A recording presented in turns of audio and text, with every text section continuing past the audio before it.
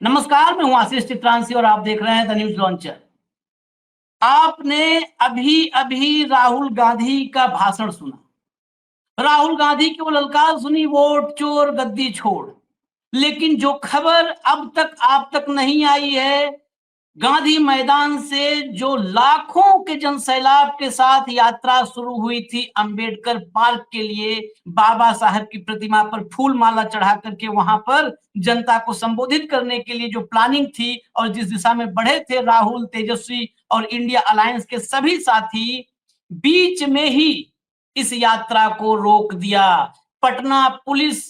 और वो पुलिस आप मत कहिए, बेसिकली पटना पुलिस का वो दस्ता अगर आप देखेंगे तो लगेगा फौज उतार दिया सड़कों पर। कंप्लीट पूरा रास्ता बंद कर दिया बैरिकेडिंग लगा करके, और 2 लेयर 3 लेयर लगाई गई थी बैरिकेडिंग की। और उस सभी लेयर के बीच में पुलिस से लेकर के और बाकी फोर्सेज, जो भी राज्य सरकार की फोर्सेज हैं नियंत्रण के लिए, दंगा से लेकर के तमाम हालात पर नियंत्रण के लिए, उन सारी फोर्सेज को डिप्लॉय किया गया था।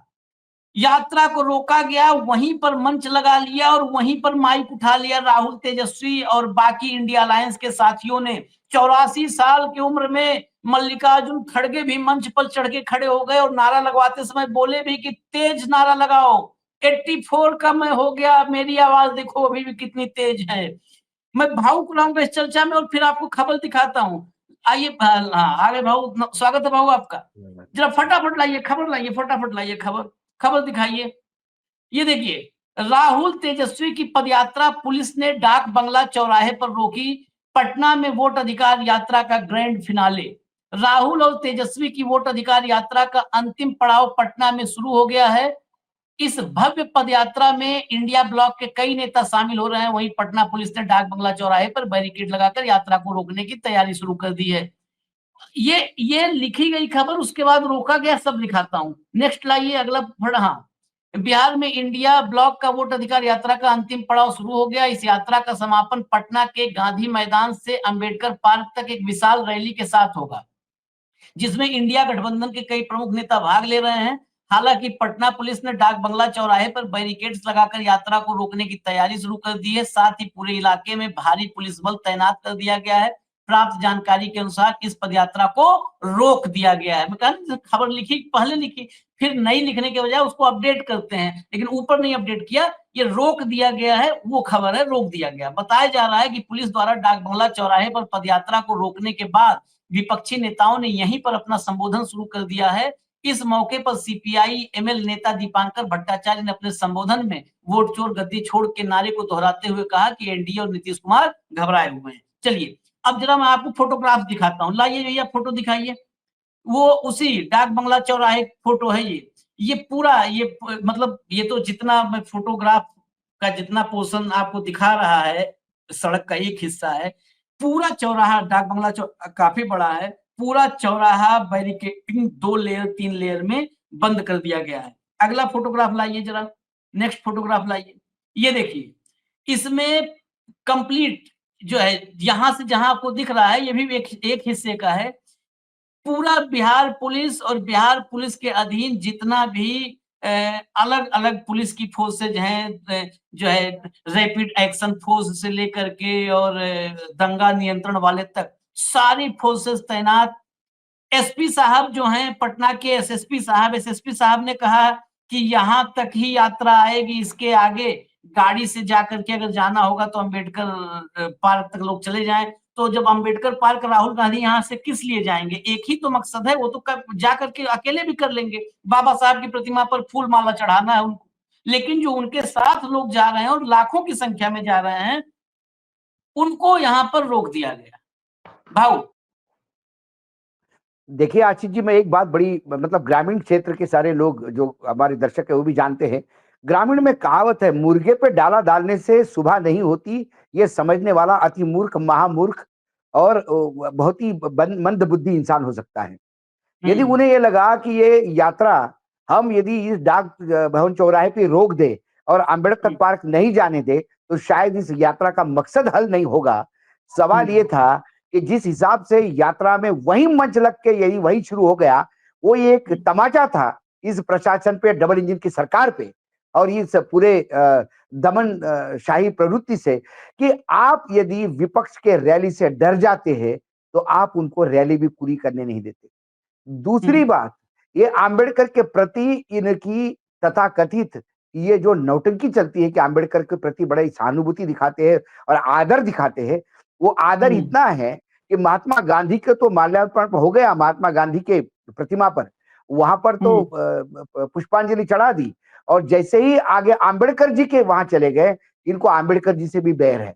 ये नहीं चाहते थे कि पूरे इंडिया गठबंधन के सारे नेता आंबेडकर जी के चरणों में फूल चढ़ाएं, वो वही रोक देते। अरे आपको रोकना था तो यात्रा ही रोक देते, यात्रा की परमिशन नहीं देते।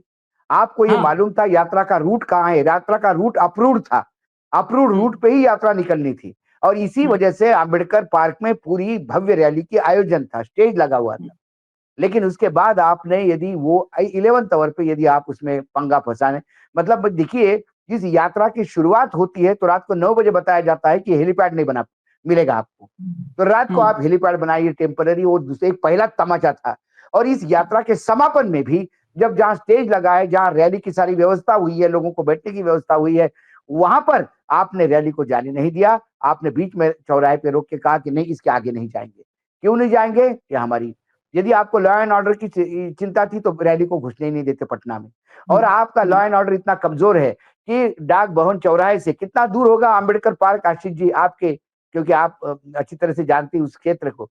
डाक भवन कुल 2-2.5 किलोमीटर का मामला है भाऊ, मामला है, तो ये मैंने वही कहा कि 1-1.5-2 किलोमीटर होगा। 2 किलोमीटर की यात्रा बिहार सरकार उसको नहीं होने देती।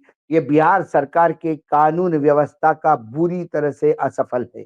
इस यात्रा पे कोई अभी तक, इस यात्रा पूरी यात्रा में सासाराम से शुरू होकर 16 दिन की ये यात्रा पटना में जब समाप्त हुई, तो आप मुझे बताइए एक जगह कोई हिंसा की बात हुई हो, एक जगह कोई झगड़े की बात हुई हो, एक जगह जहां पे नेता भी स्टेज पे नहीं थे, एक जगह जहां राहुल गांधी भी नहीं थे, एक कोई तो भी एक मूर्ख आदमी पता नहीं किस पार्टी का था, अभी तक वो तय नहीं हुआ है, पुलिस की हिरासत में है, वो एक मोदी जी के माता जी के नाम पे कुछ गलत अपशब्द कह गया, उसको पुलिस हिरासत में भी ले लिया। सभी राजनीतिक दलों ने उसका निर्देश किया।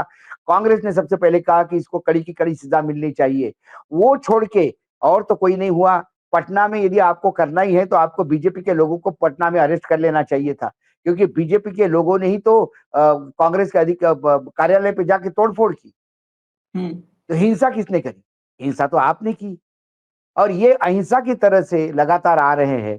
महात्मा गांधी के वहां माल्यार्पण करके आप वहीं रोक लेते, महात्मा गांधी के वहां आप आगे बढ़ने नहीं देते। आप बिल्कुल आंबेडकर जी के स्टैचू के सामने, आंबेडकर जी को जहां आदरांजलि देनी है उसी के पहले आप रोकते हो। ये इस सरकार की आंबेडकर जी के प्रति जो दुर्भावना है वो दिखाई देती है। इनको संविधान नहीं चाहिए, इनको आंबेडकर नहीं चाहिए। खड़गे जी ने अपने उद्बोधन में सही कहा, अरे आंबेडकर जी ने और संविधान ने हमको यदि वोट मतदान का अधिकार नहीं देता तो ये आज भी दलितों को और पिछड़ों को वही सामंती सोच के साथ पैरों के नीचे रगड़ते होते। ये वही मनुस्मृति लागू करके कहते हैं कि आप तो पैरों से पैदा हुए हैं, आपका काम ही चरणों में रहना है। ये तो मताधिकार मिला है, जिसके वजह से इनकी मजबूरी है कि ये दलितों को भी चुनाव आने के समय पे इनको आंबेडकर जी भी याद आते हैं। लेकिन आज इन्होंने ये रैली रोक के कोई इस इंडिया गठबंधन पे कोई हमला नहीं बोल दिया। रैली रोक के इन्होंने बता दिया कि ये डरे हुए हैं।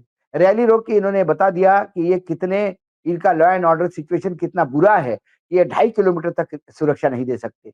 इन्होंने ये बता दिया कि आंबेडकर के प्रति सिर्फ हम चुनाव के टाइम पे आंबेडकर जी कहते हैं, जब दलितों के बीच में जाते तो आंबेडकर जी कहते हैं। लेकिन जब एक समापन एक पूरे रैली का, जो लाखों की तादाद में लोग हैं और वो जाके नतमस्तक होना चाहते थे आंबेडकर जी के सामने, आंबेडकर जी के उस प्रतिमा के सामने, तो आपने होने नहीं दिया, क्योंकि आप इंडिया गठबंधन के तो विरोधी है ही, क्योंकि आपके वो विरोधी पार्टी के हैं। लेकिन आप आंबेडकर का भी विरोध कितना आपका कड़ा है ये दिखाई देता है।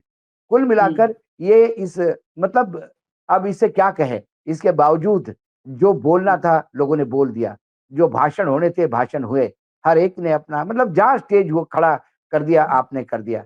और इनको कम से कम इनको ये बात तो कम से कम जाननी चाहिए थी कि जो रात को 10 बजे से लेकर सुबह 6 बजे तक बुलेट के लाइट में हेलीपैड बनवा सकते हैं, वो क्या डाक बहर चौराहे पे 4 टेबल नहीं इकट्ठा कर सकते लोगों को खड़े होकर बोलने के लिए? यदि ये सोच है तो मुझे दया आती है, और फिर इनको वाकई सत्ता में रहने का अधिकार भी नहीं है। इतने कुबुद्धि और इतने संकरित विचारधारा जिनकी है, संकीर्ण विचारधारा जिनकी है, उन लोगों को, मतलब उन्होंने पहले मौर्या में वो करने का प्रयास किया, वो नहीं चला। इन्होंने हर प्रयास किया, हथकंडा उपयोग में लाया। इसको छिछोरापन कहिए, राजनीतिक छिछोरापन है। ये राजनीतिक छिछोरा, मतलब इमरजेंसी में भी ऐसा नहीं हुआ। जो ये आपातकाल के नाम से चिल्लाते हैं, वो आपातकाल में भी ऐसा नहीं हुआ, जो ये अघोषित आपातकाल लागू करके ये कर रहे हैं। क्योंकि उनको ये पता मैं है कि उनको बताऊं, जन समर्थन जो नहीं मिला। एक ये एक ये दिन एक ये तस्वीरें मैं लाइव दिखा दूं। हाँ, ये उसी डाक बंगला चौराहे की लाइव तस्वीर है। भाषण वहां पर जो लगा करके, मंच लगा करके माइक उठा लिया था राहुल तेजस्वी सब ने, उसके बाद की तस्वीर है। देखिए वहां से हुजूम हटने को तैयार नहीं है। जैसे होता है नॉर्मली, हम लोग देखते हैं, हम लोग तमाम यात्रा और जनसभा रैली कवर करते रहे, तो भाषण खत्म होने के तुरंत बाद तुरंत बाद वो फिर भीड़ वापस होने लगती है और अरे भयंकर जाम की स्थिति आ जाती है। साहब जी के तो भाषण शुरू होने के पहले भीड़ निकलना शुरू कर देती है। तो वो तो खैर, वो तो जबरन लाए जाते हैं, तो जबरन लाए हुए कहां तक बाजार लग पाएगा, तो बाजार उजड़ जाती है। लेकिन हाँ, यहाँ पर अभी भी वैसे ही भीड़ है। और दूसरी चीज जो मैं सवाल, इस भीड़ के साथ ही सवाल, मुझे लगता है कि आज इंडिया अलायंस की बड़ी जीत हुई है। अब हटा दीजिए इसको, इंडिया बिल्कुल अलायंस की अब बिल्कुल। बड़ी जीत हुई है। जीत इस मायने में कि इतना पेशेंस, खासकर तमाम लोग कहते हैं ना कि जो राजद के कार्यकर्ता या ये बड़े थोड़े अक्खड़ होते हैं, भिड़ जाते हैं, लेकिन इतना डिसिप्लिन कि उकसाने की, यहाँ पे उकसाने की कोशिश थी कि ये बैरिकेडिंग उकसाने लगेगा, का रिजेक्ट भाई, करेंगे, वहीं पर हम भाषण आप देंगे, भाई हम नहीं रिजेक्ट करेंगे। अरे नहीं करेंगे, करो ठीक है, हाँ नहीं लाठीचार्ज हाँ करने देंगे आपको, क्यों सर हाँ फुटबॉल करें? हाँ हमको हाँ। वहां जाके अम्बेडकर जी के प्रति आपको अनादर हो सकता है, हमको नहीं। अम्बेडकर जी का नाम हर एक ने स्टेज पे लिया। आप क्या हाँ समझते हो, अम्बेडकर के प्रतिमा के पास जाने के ही अम्बेडकर के प्रति आपका ये होता है क्या? और अम्बेडकर तो प्रतिमा लगाने के खिलाफ ही थे, वो तो मूर्ति हाँ पूजक थे ही नहीं, वो तो मूर्तियों के खिलाफ ही थे।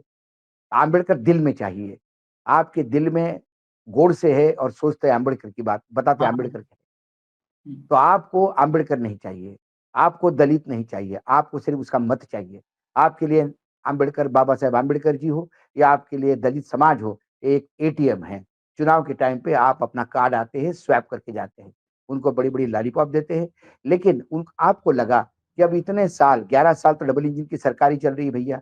नीतीश कुमार का भी 20-25 साल का तो अब हो ही गया है टेन्योर बिहार में। अब हाँ, बिहार 20 की साल जनता तक। को, मतलब आज का जो नया मतदाता है उसको पता भी नहीं लालू नाम का कोई आदमी मुख्यमंत्री था। उसने तो देखा हाँ भी नहीं, उसने तो नीतीश कुमार को ही देखा है। और उसने हाँ सारी समस्या नीतीश कुमार के सर पे है। एंटी इनकम्बेंसी है, पार्टियों में आपस में झगड़े हैं, एनडीए गठबंधन में। ये तमाम चीजें और ये सारी चोरियां पकड़ी गई है। हम्म, आपका जो एसआईआर है, वो एसआईआर कितना, किस मनीषा से लाया गया है, ये जब पूर्ण रूप से ये सत्य नग्न रूप से लोगों के सामने आया, तो लोग उद्वेलित हुए। तो आपको लगता है कि जनमानस आपके खिलाफ है। तो ये आपका बौखलाहट है कि चलो इसको भाषण नहीं करने दो, माइक बंद करो, लाइट बंद करो, उधर तो परमिशन मत दो, बता दो हम्म, आतंकी आ रहे, इसको गाड़ी से मत उतरने दो। हम्म, ये सारी चीजें जो है, ये आपकी बौखलाहट है। और हम्म, अक्सर बौखलाहट में आदमी बड़ी गलती करता है। आज हम्म, उन्होंने बता दिया कि हमने यहाँ, आप अपने बैरिकेड लगाइए, हमें कोई फर्क नहीं पड़ता। अरे वो एक वो है ना कि मैं जहाँ खड़ा होता हूँ वहीं से लाइन शुरू होती है। एक फिल्म में डायलॉग है किसी हम्म, हीरो का, हम्म, तो बोलते हैं हम हम्म, वहीं, शत्रुघ्न सिन्हा का शायद, कि हम जहाँ हम्म, खड़े होते हैं वहीं से लाइन शुरू होती है।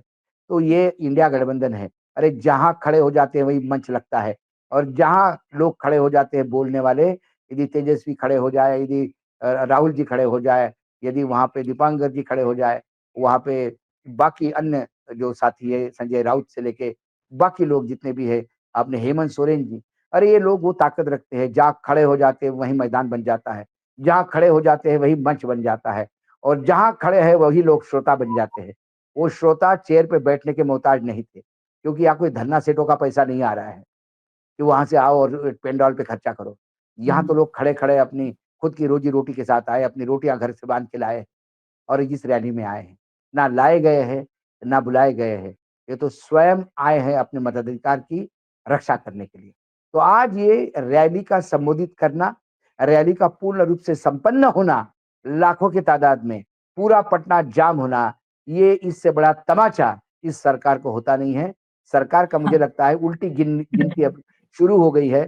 चाहे आप उसके भरोसे ज्ञानेश कुमार के भरोसे रहो, चाहे आप ईडी सीबीआई के भरोसे रहो, क्योंकि जो जनता अभी आई है अब ये पैसे की मोहताज नहीं है। इनको आप 500-200 रुपए देके आप इनके वोट नहीं खरीद सकते। अब ये रास्ते पे उतर चुके हैं। अब ये अपनी न्याय की लड़ाई लड़ रहे हैं और ये सामाजिक न्याय की लड़ाई है। और सामाजिक न्याय का द्योतक जो है बाबा साहेब आम्बेडकर, आज उसके वहां माल्यार्पण को जाने को, रैली को रोक के आपने आज बता दिया कि आम्बेडकर जी के प्रति कितना आपका गहरा प्रेम है, आम्बेडकर के मायने क्या है आपके लिए। और दूसरी बात है कि इंडिया गठबंधन से आप कितने डरे हुए हो, ये डर है जो, डर तो ये डर तो ये कहावत है, जो डर गया सो मर गया। नहीं, और इस डर के बीच मैं एक अपडेट दे दूं, बिहार के सभी मतदाताओं को, आज जो पटना में दसियों लाख संख्या बताई जा रही है जो मौजूद थे, उन सबको सुप्रीम कोर्ट से आज उन सभी मतदाताओं को बड़ा झटका मिला है जिनका नाम मतदाता सूची में नहीं है। वो बेंच जहां पर आज आरजेडी की जो है वो थी, पिटीशन थी जिसमें सुनवाई थी कि एक जो है वो बढ़ा दिया जाए, समय सीमा बढ़ा दिया जाए आपत्तियों के लिए, आपत्ति दर्ज करवाने के लिए समय सीमा, उसको खारिज कर दिया है सूर्यकांत, पांचाल, इन लोगों की बेंच ने, बागची, उसने खारिज कर दिया है उस बेंच ने। और अब मैं आगे बता दूं, फिर सवाल आखिरी लूंगा। राहुल गांधी ने भाषण में क्या कहा? अभी एटम बम देखा है, उन्होंने कहा जिन शक्तियों ने महात्मा गांधी की हत्या की वही लोग संविधान की हत्या की कोशिश में लगे हैं, हम ऐसा नहीं होने देंगे। बिहार में यात्रा को जबरदस्त रिस्पांस मिला है, बीजेपी के लोग काले झंडे दिखा रहे हैं। बीजेपी के लोग सुन लें, एटम बम से बड़ा हाइड्रोजन बम होता है, अब वो आ रहा है। वोट चोरी की सच्चाई पूरे देश को पता लगने वाली है। हाइड्रोजन बम के बाद नरेंद्र मोदी देश को अपना चेहरा नहीं दिखा पाएंगे। आज और एक दे दिया झटका, अब रात में सोओगे कैसे? बैरिकेडिंग पे तो सोओगे नहीं लटक के, बैरिकेडिंग लगवा के थोड़ा सो जाओगे कि बैरिकेडिंग पे लटक के सोएंगे। उल्लू जैसे लटक के सोता है पेड़ पे तो उल्लू जैसे लटक के सोने की कला हो तो बात अलग है, नहीं तो सो नहीं पाएंगे अब, क्योंकि ये नया, राहुल ने भी इन सबको समझ लिया दोनों कि आज यात्रा खत्म हो रही है, तो ऐसा ना हो कि शाम को ये सब चैन से घी लगा के रोटी बिल्कुल बिल्कुल अब बिल्कुल दे दिया कि हाइड्रोजन बम लेके आ रहा हूं। अभी तो एटम बिल्कुल बम देखा था, अब इन नींद और गायब किया। तेजस्वी ने क्या कहा वो भी बड़ा महत्वपूर्ण है। तेजस्वी ने कहा दो भाजपाई बिहारियों को ठगने निकले हैं, ये लोग वही हैं कि जो फैक्ट्री लगाएंगे गुजरात में गुजरात और में, बिक्री मांगेंगे बिहार में। फैक्ट्री बिक्री गुजरात में, मांगेंगे बिक्री बिहार में, इनको मुंहतोड़ बिहार जवाब में। देना होगा। और क्या कहा, हमारे तो भगवान का ही जन्म जेल में हुआ था, आज तक लालू जी इनके सामने नहीं झुके, तो इनका लालू का बेटा तेजस्वी भी नहीं बेटा झुकेगा। झुकेगा। लालू जी ने इनके अडवाणी को गिरफ्तार करवा दिए, तो उनका बेटा तेजस्वी एफआईआर से डरने वाला नहीं है। बिहार में जो सरकार चल रही है डबल इंजन की सरकार है, इसका एक इंजन अपराध है और दूसरा इंजन भ्रष्टाचार में लगा। हाँ, बड़ी चालाकी से फर्जी मतदाताओं का नाम जोड़ा जा रहा है। बिहार में गड़बड़ करने वाले लोगों को हमें मुंहतोड़ जवाब देना है। बिहार उड़ती चिड़िया को हल्दी लगाता है, लगाना बिहारी जानता है कि उड़ती चिड़िया को हल्दी कैसे लगाई जाती है, कैसे लगाई जाती है, वो कला एक अलग ही कला है। हाँ। तो और खड़गे साहब ने उनकी तो दहाड़ जो है इस उम्र में भी है। मोदी चोरी करना मोदी की आदत है। तेजस्वी, लालू, हेमंत सोरेन ने कहा कि अगर मैं जेल नहीं गया होता तो झारखंड में खाता नहीं खोलने देता, फिर जेल का जिक्र करके और फिर इनको झटका दिया है। तो नहीं वो ये सही है भाई। हाँ, उनको जेल में डाला ही था लोकसभा के लिए, हाँ, क्योंकि ना उनके कोई आरोप लगता ही नहीं था। हाँ, जब उनको जमानत मिली तो कोर्ट ने कहा कि भाई इस पे आरोप बनता कैसा है बताइए जरा। हाँ, अरे क्या किया इसने, हेमंत सोरेन ने। हाँ, लेकिन एक आदिवासी चीफ मिनिस्टर बने, ये आपके गले कैसे उतरेगी? एक आदिवासी युवा यदि आपके चरणों में नहीं बैठता, आपको उसी आदिवासी को आप प्रमोट करोगे जो आपके चरणों में बैठा हुआ है। हाँ, और कोई आदिवासी यदि बराबर का दर्जा चाहता है तो उसको जेल में भेजोगे। लेकिन जनता जनार्दन ने फिर उसी हेमंत सोरेन को फिर अपने ताज उसके सर पे पहनाया।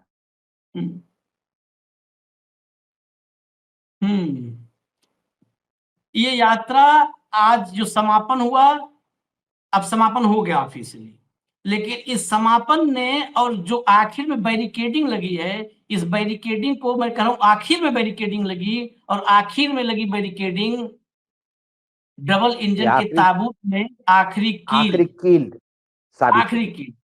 क्योंकि जो भीड़ है, आखिर कहाँ कहाँ आप लगाओगे पटना में बैरिकेडिंग, कहाँ कहाँ लगाओगे?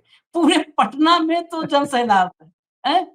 राहुल के सामने लगा दोगे, ठीक है। लेकिन एक बात के लिए आज तारीफ, क्योंकि हम लाइव किए 2 घंटा 2.5 घंटा, उसमें भी हम कांग्रेस पर सवाल उठाने की आदत है, उठाते रहे कि इस टेम्पो को, असली बात तो सवाल क्यों, जो टेम्पो है ना, इस टेम्पो को उसको मेंटेन नहीं बनाए रखना करना, चाहिए। जनता के साथ धोखा होगा, वो धोखा जनता होगा, के बिल्कुल साथ, बिल्कुल बिल्कुल। क्योंकि जनता ने जनता खुल करके आपको जनता साथ ने दिया। जनता ने अपना नेतृत्व आप पे थोपा है। अब हाँ, हाँ, जनता कि ने तुम आपको हमारी चुना है तरह हो। नेतृत्व करने के हाँ, लिए, उनकी पीड़ाओं को शब्द देने के लिए आपको चुना है, तो वो काम आपको बाखूबी करना होगा। हाँ। एक रैली के एक हो गया करके आप जाके चैन की नींद नहीं सो पाओगे। ये वो मोमेंटम। रिलैक्स वाला मामला नहीं है। वो छोले हाँ, भटूरे खाने नहीं चले जाना दिल्ली वाले जैसे जाते हैं, हाँ। चांदनी चौक में सब उठ के चले गए छोले भटूरे खाने। ये वो मत मोमेंटम, करिएगा। ये टेम्पो, ये दोनों कायम रहना चाहिए। और आज इसमें बहुत सारे, ऐसा नहीं है, बहुत सारे जो दसियों लाख की संख्या बताई जा रही है, ये सभी महागठबंधन के मतदाता नहीं रहे होंगे, नहीं नहीं लेकिन नहीं नहीं। उन्होंने 10 साल देख करके, 11 साल देख करके उन्होंने भी अपना मन मिजाज बदला है। आज उनकी तारीफ जरूर करेंगे। बाकी राहुल गांधी, तेजस्वी यादव तो अपना काम कर रहे थे, उनकी तारीफ कि किसी तरह के उकसावे में नहीं आए, कुछ नहीं भी बस नहीं, इतनी पूरा भीड़ के बावजूद। सासाराम से पटना तक 16 हाँ। दिनों तक, हम्म, 16 दिनों तक 1600 बार प्रयास हुआ उसकाने का, और हम्म, 1600 बार उन्होंने महात्मा गांधी को, आज भी देश में मानने वाले लोग हैं और गोडसे से नफरत करने वाले लोग हैं, ये आज इस समापन रैली के आखिरी क्षण तक ये बता दिया है कि ये देश गांधी के नाम से ही जाना जाएगा। आप पूजा बिल्कुल। करते होंगे गोडसे की, गोडसे को जगह नहीं है यहाँ पे। गोडसे का तत्व दिख गया जब कांग्रेस के ऑफिस पे हमले हुए। हाँ, हाँ, दिख गया गुड से, सही बात है। और आज गांधी वो का तत्व था। आज ये इस रैली का तत्व क्या है? इस रैली का तत्व महात्मा गांधी थे। हम्म और गांधी तत्व, बाबा साहेब तत्व, ये कोई खत्म उतम नहीं कर पाएगा। ये कोई ना ना ना कल्पना ना ना। करे कि हम कर अरे लेंगे, नहीं कर ये पाएगा। जिनकी औकात महात्मा गांधी और बाबा साहब का नाम लेने की नहीं है, जी, जी, उनकी बिल्कुल। उनकी उनकी औकात ही नहीं है, उनकी क्षमता भी नहीं है इन दो विचारधाराओं को खत्म करने की। हम्म खैर, और महात्मा अभी हमें गांधी पे मैं अभी पढ़ रहा था, एक किताब पढ़ रहा था मैं, जी। कमलापति त्रिपाठी जी ने लिखी हुई, बहुत बड़ी किताब है। कमलापति हम्म, त्रिपाठी भी पत्रकारी थे, हमारे हम्म, बिरादरी के थे। हम्म, फिर बाद में राजनीति में आए और वो संघर्ष के समय, आजादी के संघर्ष में जेल जाने वाले लोगों में से। तो उनकी किताब में उन्होंने महात्मा गांधी को एक जगह कोट किया। महात्मा गांधी कहते हैं कि जो गांधीवाद है, जिसके लिए मुझे जाना जाता है कि गांधीवाद, ये मैं नहीं मानता कि ये मेरी उत्पत्ति है। ये हम्म, सनातन धर्म की है। ये गौतम बुद्ध ने जो बताया, महावीर जैन ने जो बताया, ये तमाम बड़े बड़े संतों ने जो बताया, जो वेदों में बताया है, वही मैं लेके आया हूं। सिर्फ मैं इस बात का क्रेडिट जरूर लूं कि मैं उसको समझ पाया हम्म, और सरल भाषा में आपके सामने ला पाया। तो ये हम्म, अपने आप को सनातनी कहते हैं, ये तो सनातन के नाम पे, मतलब ये राम का मंदिर लगाते हैं और दिल में रावण रखते हैं। अब क्या बताएं आपको। ये कलयुग, घोर सनातन कलयुग है आशीष जी, जब क्या से कहें। आए हैं, तब से तो सनातन और सनातनी दोनों खतरे हाँ में आ गए। ये नहीं थे हाँ तो कहाँ कोई खतरे में था। हाँ। हैं? खैर, हमें इजाजत दीजिए। खबरें बहुत हैं और खबरें बड़ी हैं। सुप्रीम कोर्ट से भी बड़ी खबर है, उसको भी विश्लेषित करके आप तक हम लाएंगे, जल्दी ही लाएंगे। फिलहाल इजाजत दीजिए। धन्यवाद भाऊ, बहुत बहुत धन्यवाद। नमस्कार। नमस्कार।